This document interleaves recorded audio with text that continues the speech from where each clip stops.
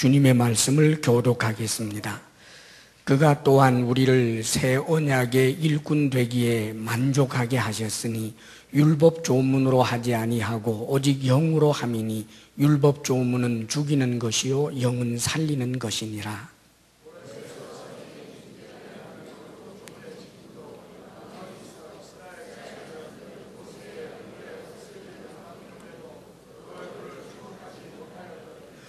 하물며 영의 직분은 더욱 영광이 있지 아니하겠느냐.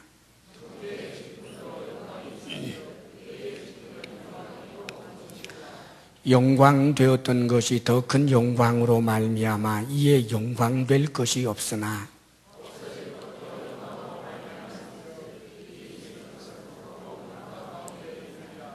아멘. 우리 또 인사합니다. 서로 좀 돌아보시면서 미소를 가득 얼굴에 담아서 또 마음을 담아서 서로 축복합니다. 사랑합니다. 축복합니다. 사랑합니다. 축복합니다.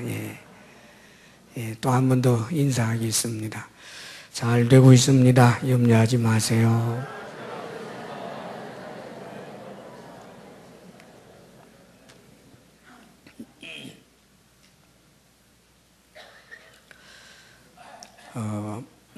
바울은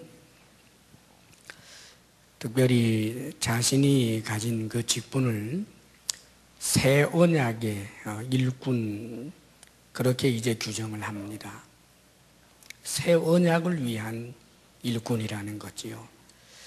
그리고 바울 자신뿐만 아니라 우리 모든 성도들, 그리스찬들은 다 새 언약의 일꾼이고 또 일꾼이어야 합니다. 바울은 그것에 대해서 자신은 굉장히 만족한다. 주의 일꾼, 새 언약의 일꾼으로 산다는 것이 참으로 만족하고 행복하다 하는 것을 이야기했고요. 그리고 오늘 이 내용 속에서는 지극히 영광스럽다는 것을 말하고 있습니다. 너무나 영광스럽다. 영광스럽게 생각한다는 거지요. 바울은 그 자신의 사도권에 대하여 도전하는 그런 사람들로 인하여 여러 가지 이제 어려움을 겪었습니다. 바울에게 있어서 가장 이제 복음 사역을 하는데 문제가 되는 일들은 이 사도권을 무시하고 부인하는 소위 율법주의자들 때문입니다. 율법주의자들은 예수님을 안 믿는 사람들, 바리새인들, 제사장들, 특별히 바리새인들은 더하고요. 이들이 다 율법주의자였습니다마는, 그러나 예수님을 믿게 된 유대인들 중에 율법주의자였던 사람이 예수님을 믿으면서 복음은 받아들였는데도 불구하고 자신들이 오랜 세월 몸담고 살았던 그런 전통, 그런 율법, 여기에 매여 있다가 보니까 율법주의자적인 그런 신앙 행태를 갖고 있습니다. 자, 그래서 이것이 항상 바울이 전하는 복음, 우리 주님께서 가르쳐 주신 그 복음을 자꾸만 왜곡하는 일들이 일어나는 거예요. 요즘도 가끔 이제 그 이단들이 기성합니다. 여러 가지 이제 힘들게 하는데, 보통 이단들의 공통점들이 어떤 것이 있느냐 하면 우리가 현재 하고 있는 신앙 생활을 부정하지요. 잘못됐다. 이 기성교회는 잘못됐다. 잘못된 가르침이다.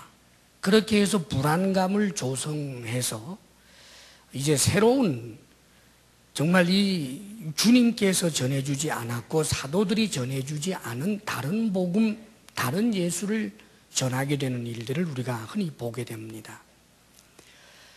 바울도 마찬가지였습니다. 바울이 복음을 이제 전했는데, 특별히 고린도 교회에 바울이 복음을 전해서 그 교회를 세워놓았는데, 저 예루살렘에서 이제 그 예수를 믿는다고 하면서도 사실은 율법주의자적인 그런 사람들이 와서 바울이 가르친 가르침은 잘못된 것이다.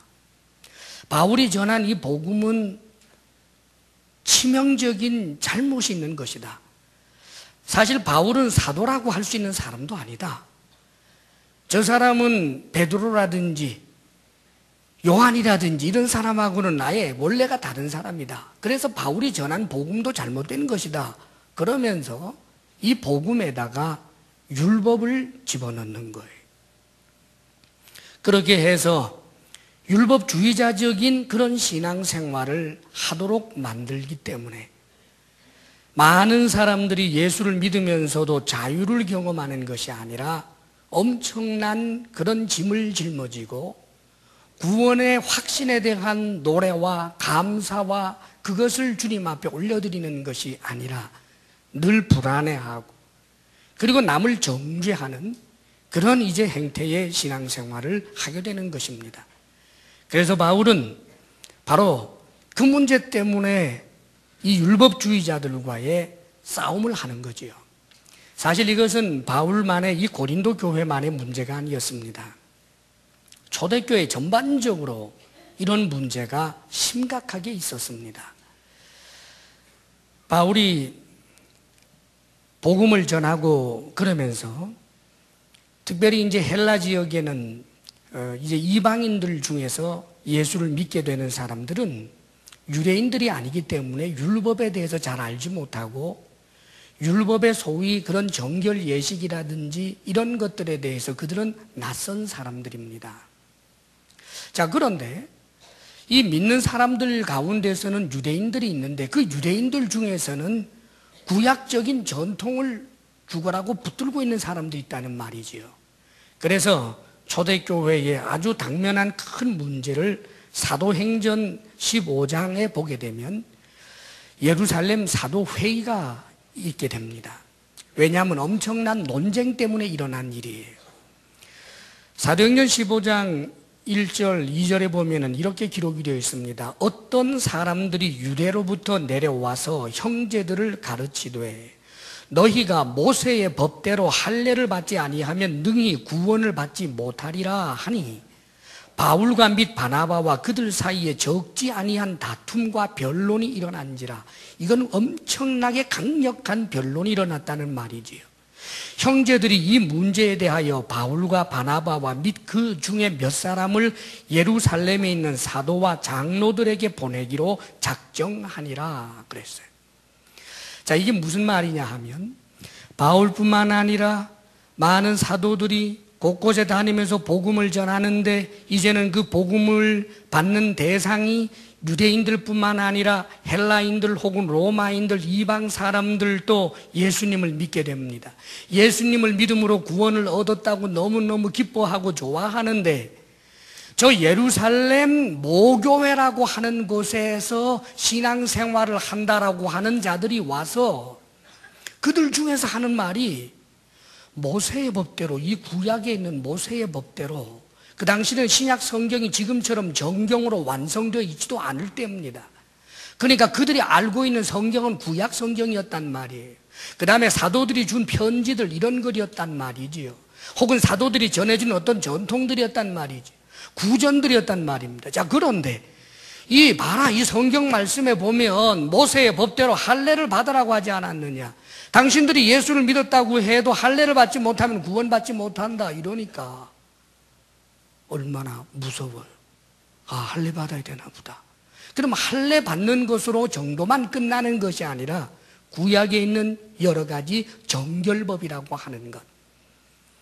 그래서 열심히 손도 씻어야 되고 나갔다 오면 발도 씻어야 되고 음식을 먹을 때 이거는 먹어도 되고 저거는 안 먹어야 되고 누구하고 접촉하면 안 되고 어쩌고 저쩌고 얼마나 복잡하게 되는지 몰라요.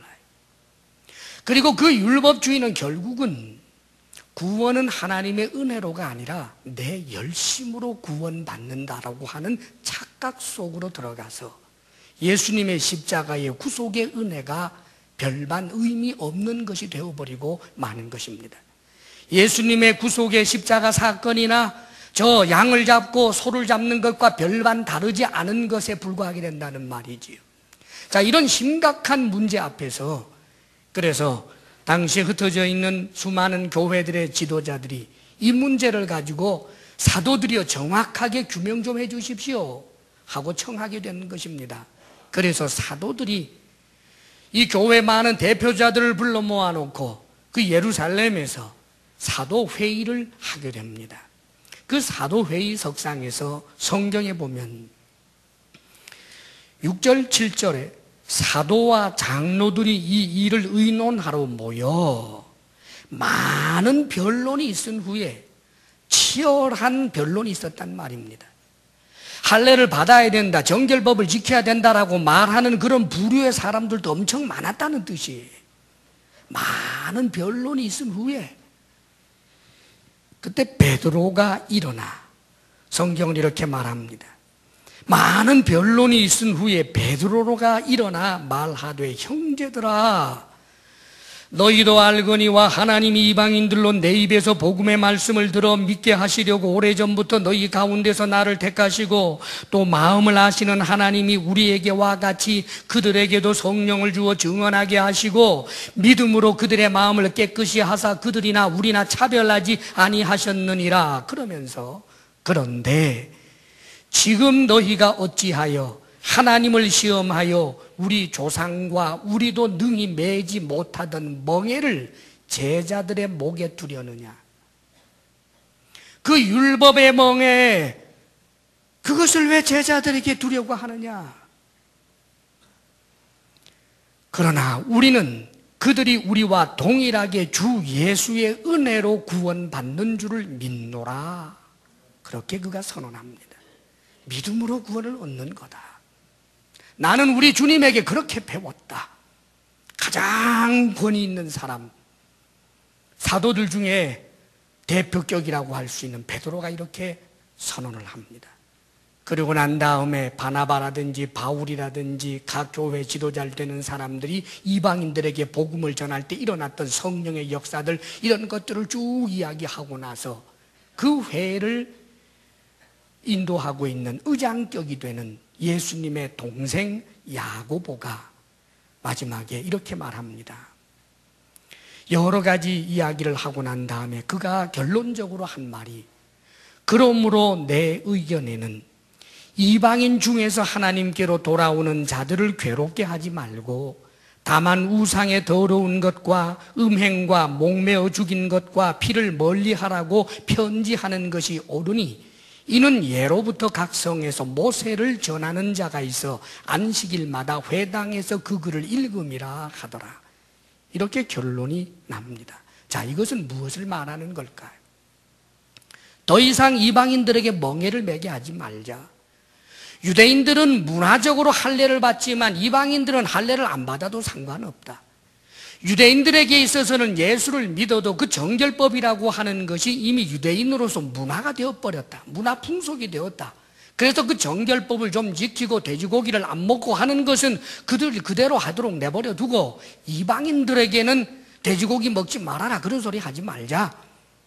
정결법을 지켜라 그런 말 하지 말자. 그것은 상관없다. 구원과는 상관없는 것이다 라고 말하면서 다만 한 가지 율법적으로 아니라 배려하는 이야기를 합니다. 어차피 신앙 공동체는 유대인들도 있고 다른 이방인들도 함께 신앙 공동체를 이루고 교회를 이루고 살아간다. 그렇다면 저 이방인들에게 멍에를 매지 말라고 하였다면 저 유대인들을 향한 배려도 교회들에게 있어야 되지 않겠느냐. 적어도 유대인들은 우상의 더러운 것을 가까이 하지 않는다. 그렇다면 우리 이방인들, 헬라 사람들 이런 사람들도 우상의 더러운 것, 그것을 가까이 하지 말자. 음행하는 것, 목매어 죽인 것은 피가 고여 있기 때문에 그 피를 먹지 말라고 하는 그 율법이 저들에게 문화가 되었기 때문에 음식을 먹을 때 피를 못 먹습니다. 말하자면 우리 선지피 끓여서 먹는 거, 그런 거 못 먹는다는 말이에요. 자, 그렇다면 저 유대인들하고 함께 신앙생활을 한다면 저 사람들을 배려해서라도 이 피채 먹는 것 하지 말자. 그리고 음행을 멀리 하는 것이 옳겠다라고 말합니다. 이것은 배려의 법이었습니다.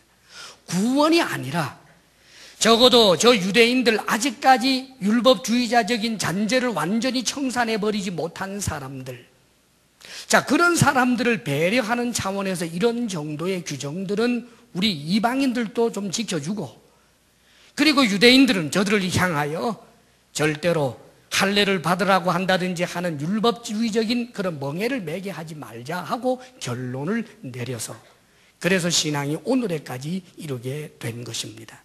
사랑하는 여러분, 그러나 이렇게 사도들이 규정을 해줬다고 해서 다 되는 것 아닙니다.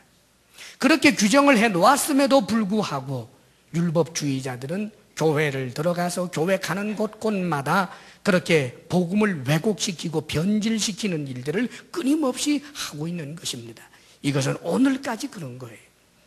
많은 사람들이 예수님을 믿음으로 구원을 얻는다라고 하는 그 내용이 뭔가 좀 너무너무 쉽고, 예수를 믿으면 구원을 얻는다라고 하는 것이 어쩐지 내가 해야 할 어떤 노력이나 성과가 없다라고 하는 것이 섭섭하기 때문에, 그래서 거기에 무엇인가 어떤 나의 땀, 어떤 나의 수고, 나의 공로 이런 것을 집어넣어야 구원이 되는 것으로 그렇게 가르치는 그 가르침이 오늘날도 끊임없이 이어져 오고 있는 것입니다.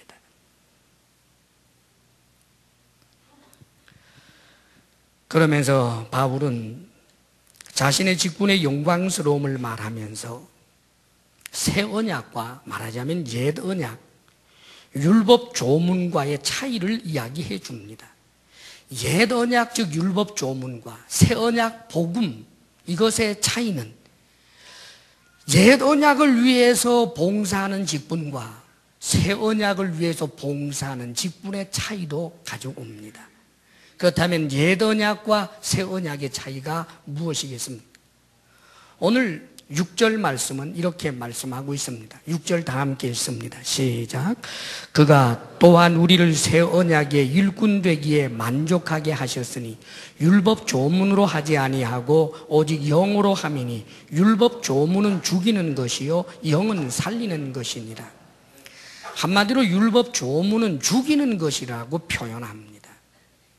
그리고 영은 살리는 것이다. 이 영이라고 표현하는 것은 복음은 영으로 된 것이기 때문입니다. 다시 말하면 우리가 예수님을 믿게 되는 것은 성령의 역사로 되는 거예요. 성령으로 거듭나게 되는 것입니다. 단순한 조문이 아니란 말이에요.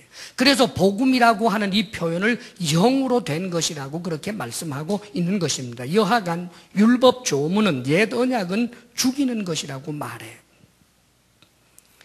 이 율법 조문은 작게 말하면 십계명, 조금 더 크게 말하면 모세의 그 5경, 창세기, 출애굽기, 레위기, 민수기, 신명기 이 5권을 말하고 좀 더 넓게 말하면 구약 전부를 말하는 것입니다. 자, 그런데 놀랍게도 이 율법 조문은 죽이는 것이라고 표현하고 있어요. 여러분, 구약 말씀이 혹은 십계명이 이 율법이 사람을 죽이는 것입니까? 사람을 죽이는 악한 것입니까? 그런 뜻으로 한 말은 물론 아닙니다. 율법의 말씀도 하나님이 주신 그것은 선한 것이고 거룩한 것이고 영광스러운 것임에 틀림이 없습니다. 그러나 그 율법은 사람으로 하여금 살게 하는 것이 아닙니다. 죄를 죄로 알게 하는 것입니다. 아, 이게 죄구나. 아, 이 죄의 결과는 죽는 것이구나. 그래서 죽이는 것이라고 표현하는 거예요. 가령 어떤 사람이 흉악한 죄를 지어서 많은 사람을 죽였습니다. 자, 많은 사람을 죽인 그 사람이 법정에서 재판을 받는데 그에게 사형이 선고됩니다. 그런데 사형이 선고되게 되는 이유는 법적인 근거가 있기 때문입니다. 죽어야 할 만한 죄를 지었기 때문에, 법에 의하면 사형에 해당하는 죄를 지었기 때문에 사형이 집행되는 것이죠. 그런 면에 있어서 사형 언도를 받은 그 사람에게 있어서 대한민국의 그 법은 자신을 죽이는 법입니다. 법을 어기는 자에게 있어서 그 법은 자신을 죽이는 법이 되는 것입니다. 하나님의 율법은 큰 죄든지 작은 죄든지 그 죄의 결과가 하나님과의 분리인 것입니다, 여러분. 우리들이 생각을 할 때는 큰 죄가 있고 작은 죄가 있지만, 그래서 큰 죄를 지으면 지옥 가고 작은 죄를 지으면 지옥도 아니고 천국도 아닌 어정쩡한 곳에 있는 것 아니겠느냐, 그렇게 생각하는지 몰라도 성경에는 그런 말씀한 적이 없습니다. 죄의 결과는 죽음입니다. 죄의 결과는 하나님과 함께 할 수 없기 때문에, 하나님이라고 하는 분은 우리의 존재의 근거입니다. 우리는 우리 스스로의 능력으로 지구를 만들어서 거기부터 살아가는 그런 존재가 아닙니다. 우리 스스로의 능력과 힘으로 우리가 사는 것이 아닙니다. 우리가 먹을 것과 먹지 못할 것이 우리에게 있습니다. 곡식은 먹고 돌은 못 먹습니다. 이것을 누가 정했습니까, 여러분? 왜 저 흙에 빠진 돌을 마음대로 못 먹는 것입니까? 왜 저 흙에 빠진 흙을 마음대로 못 먹는 것입니까? 우리가 우리를 그렇게 규정하고 우리가 우리를 그렇게 만들어 놓은 존재가 아니라는 말입니다. 다시 말하면 우리의 생존 자체가 하나님과 연결되어 있습니다. 그런데 죄는 하나님께서 너무나 미워하시고 하나님은 거룩하신 분이기 때문에 죄와 함께 할 수 없는 분입니다. 죄인은 하나님과 분리될 수밖에 없고, 하나님과 분리되는 그 순간은 죽을 수밖에 없는 것입니다. 그것이 지옥인 것입니다, 여러분. 그런데 율법은 하라 하지 말라라고 하는 말씀들이 너무나 많은데, 그 하라 하지 말라라고 하는 말씀을 완벽하게 지켜낼 수 있는 자가 없습니다. 그래서 율법은 죽이는 것입니다. 그런데 영은 성령으로 말미암아 우리에게 주시는 그 복음의 소식은 예수 그리스도의 십자가의 구속으로 말미암아 내가 죄 씻음을 받았다, 내가 영생을 얻었다, 내가 거듭났다라고 하는 믿음을 주는 그 영의 사건은 이것을 살리는 것입니다. 할렐루야. 그렇습니다. 새 언약은 우리를 살립니다. 복음이 들어가는 곳곳마다 죽어가는 모든 사람들을 살립니다. 아니, 죽은 자를 살립니다. 그래서 예수님께서 그렇게 말씀하시지 않습니까? 주의 성령이 내게 임하셨으니 이는 가난한 자에게 복음을 전하게 하시려고 그러십니다. 그래서 당신께서 복음을 전할 때 당신이 곧 복음이십니다. 당신이 복음을 전할 때, 그래서 그 복음을 받아들이는 자마다 우리 주님께서 기대했던 것이 있습니다.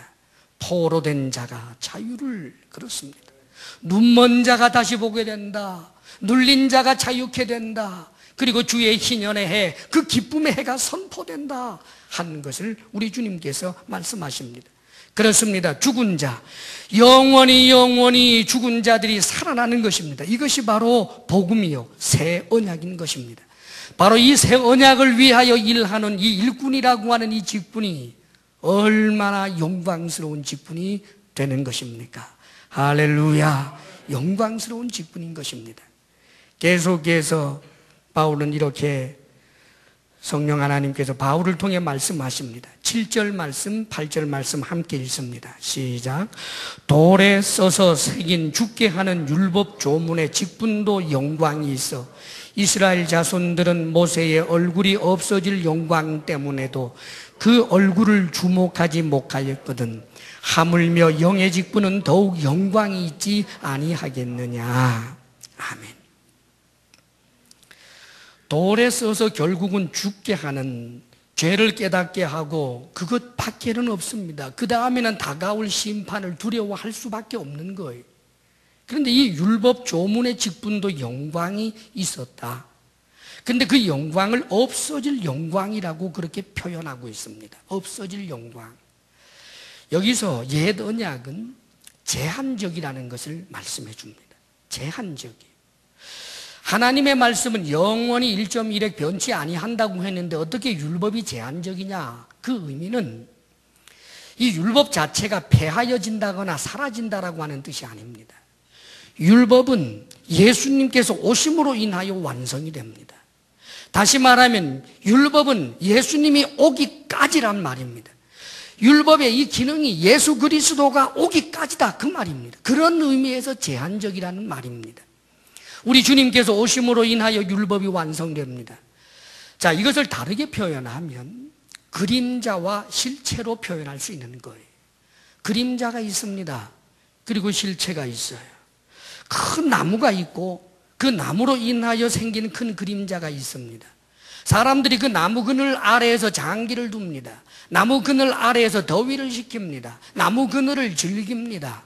자, 그런데 여러분, 어떤 어리석은 자가 나무 그늘을 소중하게 하면서도 나무 자체를 소중히 여기지 않고 경멸한다면 얼마나 어리석은 사람입니까?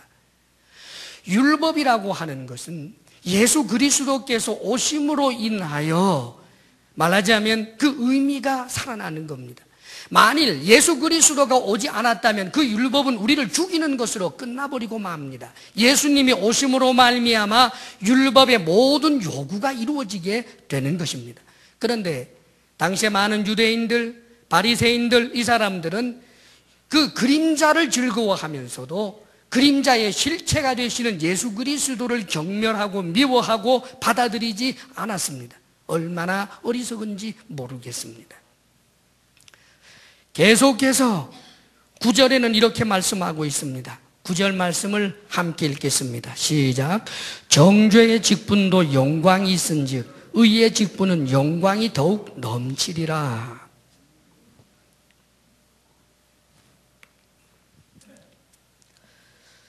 율법 자체가 사람을 죽이는 정죄하는, 말하자면 죄를 죄로 깨닫게 하는 기능입니다. 그러니까 이 율법을 위하여 종사하는 직분은 죄를 죄로 정하는 거예요. 당신은 하나님 앞에서 이런 죄인입니다. 당신은 하나님 앞에서 이런 죄를 지었습니다. 정죄 당합니다. 우리가 하나님의 말씀을 펼쳐놓고 율법을 가지고 우리를 들여다보게 될 때 우리는 다 살인자입니다. 우리는 다 간음자입니다. 우리는 다 도둑질한 자입니다. 우리는 다 거짓말하는 자입니다. 우리는 다 탐하는 자입니다. 가장 단순한 10계명조차도 지켜내지 못합니다. 율법의 긍정적인 명령, 하라라고 하는 명령은 따라갈 엄두도 내지 못합니다. 내 이웃을 내 몸처럼 사랑하라. 어림도 없습니다. 사랑하는 여러분, 이 율법의 직분을 가지고 보게 될 때 모든 사람들은 정죄받을 수밖에 없는 거예요. 그런데 이 율법의 직분을 감당한 가장 대표적인 사람을 모세라고 할 수 있어요. 그런데 이 모세가 시내산에서 율법을 받고 이제 계명을 받고 내려왔을 때 그 얼굴에 엄청난 광채가 납니다. 그러니까 사람들이 그 광채 나는 얼굴을 볼 수가 없어서 모세님, 우리가 너무너무 무서워서 당신을 볼 수가 없습니다. 제발 당신의 그 빛나는 그 하나님의 신적인 영광으로 빛나는 그 얼굴을 좀 수건으로 가려주십시오. 그래서 모세가 한동안 수건을 쓰고 다녔습니다. 그런데 언제까지나는 아니었습니다. 시간이 지나면서 수건을 벗어도 될 본래의 모습으로 돌아갑니다. 영광도 제한적이고 율법도 제한적이다라고 하는 것을 가르쳐 주는 것입니다. 사랑하는 여러분, 모세가 이스라엘 백성들을 적과 꿀이 흐르는 가나안 땅으로 데리고 갈 것에 대하여 하나님께 명령을 받았고 그것을 이스라엘 백성들에게 약속해 주었습니다. 적과 꿀이 흐르는 가나안 땅. 놀랍게도 그 말을 한, 그 일을 위하여 종사한 옛 언약의 일꾼 되었던 모세조차도 거기는 못 들어갑니다. 그리고 적과 꿀이 흐르는 땅을 나중에 바톤 터치해서 여호수아가 데리고 들어갔습니다. 적과 꿀이 흐르는 땅이라고 했습니다. 적과 꿀이 흐르는 땅, 그 가나안 땅에 가서 엄청난 전쟁을 치르면서 그 가나안 땅을 정복했습니다. 자, 묻겠습니다, 여러분. 솔직하게 성경을 정직하게 펼쳐 읽으면서 그들이 가나안 땅에 들어가게 되었더니 그 가나안 땅이 과연 창세기 초반부에 나오는 낙원과 같은 곳이었습니까? 아닙니다. 젖과 꿀이 흐르는 땅이라고 했지만, 그러나 그곳에서 여전히 기근도 있고 가뭄도 있고 홍수도 있고, 그뿐만 아니라 주변에 있는 다른 국가들이 쳐들어와서 사사시대에 보면은 숨죽이면서 노예 상태로 사는 세월들이 7년 혹은 10년 혹은 15년, 그런 일들이 얼마나 많이 있었는지 모릅니다. 젖과 꿀이 흐르는 땅, 그곳에만 들어가면 고생 끝 행복 시작인 줄 알았는데, 젖과 꿀이 흐르는 그 땅에 들어가도 여전의 삶의 치열함과 그 고통과 눈물과 한숨은 끊임없이 있었습니다. 사랑하는 여러분, 모세를 통하여 하나님께서 율법적으로 이야기해 준 이 이야기는 그림자입니다. 그것은 유비와 같은 것입니다. 젖과 꿀이 흐르는 그 가나안 땅의 실체는 실제로 저 팔레스타인의 이 대한민국 남한의 절반도 되지 못하는 조만한 땅, 그 작은 가나안 땅, 그것을 말하는 것이 아니라 영원한 천국을 말하는 것입니다. 할렐루야, 그렇습니다 여러분. 천국을 말하는 거예요. 그게 실체란 말입니다. 이스라엘 백성들이 하나님께서 약속하신 것처럼 젖과 꿀이 흐른다라고 하는 그 가나안 땅에서 그들이 살지만 단 한 번도 애굽의 영광 같은 것도 누려본 적이 없습니다. 무슨 다윗 시대에, 무슨 솔로몬 시대에 강력한 나라가 되었다라고 하지만, 그 강력함이라고 하는 것이 저 중국의 진나라만도 못하고 수나라만도 못한 것입니다. 애굽만도 못합니다. 바벨론의 턱도 없습니다. 로마하고는 비교도 할 수 없습니다. 하나님의 약속이라고 하는 것이 이렇게 허무한 것일 리가 있겠습니까 여러분? 하나님께서 하신 그 약속은 율법을 통하여 주신 그 약속의 성취가 그것이 아니라, 그것은 그림자. 진정한 것은 예수 그리스도로 말미암아 이루어지게 되는 천국, 영생, 하늘의 영광, 바로 그것인 것입니다. 할렐루야. 사랑하는 여러분, 그렇기 때문에 새 언약의 이 영광은 옛 언약과 비교조차 할 수 없는 큰 영광이고, 이 새 언약을 위하여, 주님을 위하여 땀을 흘리며 수고하며 살아가는 그 영광은 옛날 모세가 가졌던 영광과 좋게 비교할 수 없는 크고도 놀라운 영광인 것입니다. 그러므로 10절에서 11절에 이렇게 말합니다. 영광되었던 것이 옛 영광을 말하는 것입니다. 율법의 영광을 말하는 것입니다. 제한된 영광을 말하는 것입니다. 이 영광되었던 것이 더 큰 영광으로 말미암아 이에 영광될 것이 없다, 그렇습니다. 옛 언약은 새 언약과 비교할 때 영광될 것도 없다. 옛 언약의 그 일꾼된 그 직분은 새 언약의 직분과 비교할 때 영광이라고 명함을 낼 것도 없다. 11절에 없어질 것도 영광으로 말미암았은즉 길이 있을 것은 더욱 영광 가운데 있느니라. 그것은 없어질 것이었지만 복음으로 말미암은 그 영광, 새 언약은 영원히 영광스럽다, 그렇게 말씀하고 있는 것입니다. 사랑하는 여러분, 여러분 자신에 대하여 어떻게 생각하고 계십니까? 영광스럽지 않다고 생각하십니까? 여러분 자신에 대하여 어떻게 생각하십니까? 나는 영광이 없는 자라고 생각하십니까? 나는 돈도 없고, 나는 지위도 없고, 나는 소위 말하는 그 스펙도 없고, 인물이 잘생긴 것도 아니고 집안도 좋은 것도 없다, 나는 초라하다, 그렇게 생각하고 있는 것입니까? 사랑하는 여러분, 지금 사도 바울은 자신이 엄청난 영광을 가지고 있다고 생각을 합니다. 그리고 그 영광의 직분을 위해서라면 목숨을 잃는 한이 있어도 이 영광된 직분을 위해서 살 것을 그는 결단합니다. 내가 복음을 부끄러워하지 아니하노니 이 복음은 모든 믿는 자에게 구원을 주시는 하나님의 능력이 됨이라. 그는 복음을 부끄러워하지 않습니다. 그것은 영광이기 때문입니다. 또한 자기 자신을 또한 영광스럽게 만드는 것이고, 지금도 그는 그 영광을 주님과의 내밀한 관계 속에서 누리고 있습니다. 사랑하는 여러분, 세상의 객관적인 시각, 세상의 시각을 가지고 볼 때 다윗은 절대로 영광스럽게 보이지 않았습니다. 그가 말한 것처럼 여러 번 매맞고 굶주리고 얼마나 고통을 겪었는지 모릅니다.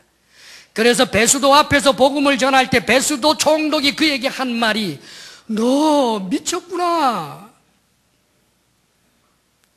많은 학문이 너 미치게 만들었구나. 바울, 내가 너 공부 많이 한 줄 아는데 공부 너무 많이 하다가 너 미친 거야. 그렇지요. 세상 사람들이 볼 때 바울은 이해가 되지 않습니다. 바울은 권력을 누릴 수 있는 사람, 바울은 부귀영화를 누릴 수 있는 사람, 이 세상의 모든 좋은 것들을 다 소유하며 즐기며 살 수 있는 그런 신분의 사람이 개나리 보침 같은 거 하나 짊어지고 이곳저곳에 다니면서 주 예수를 믿으라 하다가 돌에 맞고 매도 맞고 감옥에 갇히고 언제 죽을지 모르는 아슬아슬한 그런 삶의 줄타기를 하고 있는 그 바울을 보면서 미쳤다라고 밖에 할 말이 없었던 것입니다. 그런데 바울은 큰 영광을 생각하고 있습니다. 그것이 사실이기 때문입니다.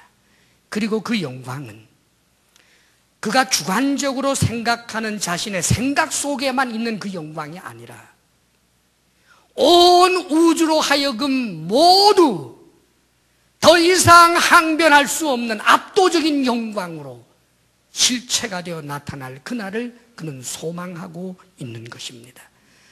사랑하는 여러분, 이 풍성한 영광을 생각할 때 크리스찬들은 현재의 삶이 아무리 고달프고 어려워도 눈이 이겨낼 힘이 있는 것입니다. 여러분에게 이 믿음이 있습니까? 가장 어리석은 사람은 내가 영광스러울 이유가 있는데도 불구하고 자신이 영광스럽다고 생각하지 못하고, 내가 행복할 만한 충분한 이유가 있는데도 스스로를 행복하지 않다라고 생각하는 것이 가장 어리석은 것입니다. 마패가 풍속에 있는데 건망증 때문에 마패를 잊어버리고 자신이 마패가 있다는 것도 암행어사라고 하는 사실도 잊어버리고 정말 자신이 거진 줄 알면 여러분 얼마나 답답한 노릇입니까? 여러분, 사랑하는 여러분, 우리는 하나님의 자녀, 새 언약의 일꾼, 영광스러운 직분을 가진 사람들입니다. 그러므로 행복해하고 웃을 만한 충분한 이유들이 있는 것입니다. 뿐만 아니라 우리는 이 영광의 직분을 가지고 수많은 사람들을 살려낼 것입니다. 내가 먼저 복음을 누리고 그리고 사람들에게 전하는 것입니다. 진정으로 복음을 누리는 자가 전하는 그 복음은 능력이 있습니다. 그 복음으로 행복해하는 자가 전하는 그 복음은 사람들을 행복하게 합니다. 복음으로 인하여 웃는 자가 전하는 그 복음은 딴 사람으로 하여금 웃게 만드는 것입니다. 복음에다가 율법을 집어넣어서 율법주의를 심어넣어서 복음의 그 자유를 누리지 못하고 복음의 그 영광을 누리지 못하고 여전히 초조하고 여전히 분노하고 여전히 미워하고 살아가는 그런 왜곡된 복음을 경계하는 그 본문이 오늘의 이 말씀인 것입니다. 사랑하는 여러분, 우리는 충분히 행복해할 만한 이유가 있음을 알고 영광스러운 복음을 위하여 영광스러운 일꾼으로서의 그 신분을 늘 자각하고 복음을 누리며 복음을 전하는 주의 백성들이 되시기를 바랍니다.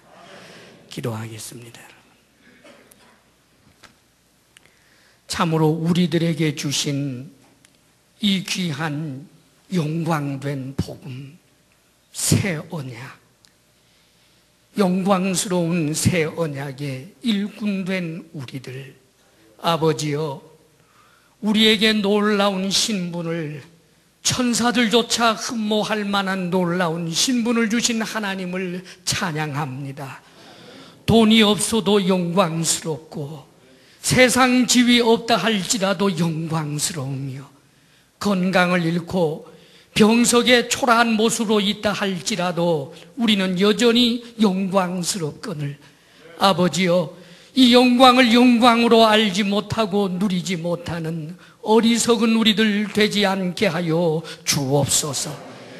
잠깐 있다가 없어지는 세상 영광, 아버지 하나님, 율법의 영광이라 할지라도 그것은 제한되고 말았거늘 아버지여, 우리가 어찌 우리에게 주어질 영원한 영광을 보며 이 땅의 삶을 좀 더 행복하게 살지 못할 까닭이 어디 있겠나이까? 이제는 복음을 누리며 행복을 노래하며 감사하며 주님께서 우리를 부르시는 그날까지 힘있게 복음을 위하여 살아가는 우리들 되게 하여 주옵소서. 주님께서 우리에게 주신 은혜를 생각하며 우리가 예물을 하나님 앞에 올려드립니다. 즐거움으로 드리며 힘을 다하여 드리며 자신에게 있는 보화를 마음을 담아 올려드리는 아버지여, 주께서 사랑하는 성도들의 이 예물을 기쁘게 연락하여 주옵소서. 하나님 앞에 드림이 인색함으로나 억지로 되지 아니하도록 성령이여 언제나 우리로 하여금 땅의 보화를 내려놓을 줄 알게 하여 주옵소서. 아버지 하나님, 주의 사랑하는 이들에게 견고한 믿음 주시기를 원하며 일터의 복을 주시기를 원하며 부부사랑 돈독하게 하시기를 원하며 우리들의 자녀가 주 안에서 온전히 세워지기를 원합니다. 이제는 우리 주 예수 그리스도의 크신 은혜와 하나님 아버지의 한없는 사랑과 성령의 교통하심과 충만케 하심이 새 언약의 일꾼 된 이 영광을 온전히 누리며 복음을 전하며 살게 하옵소서. 결단하며 나아가는 사랑하는 모든 성도들 위해 이제로부터 영원토록 함께 하시기를 간절히 축원하옵나이다. 아멘.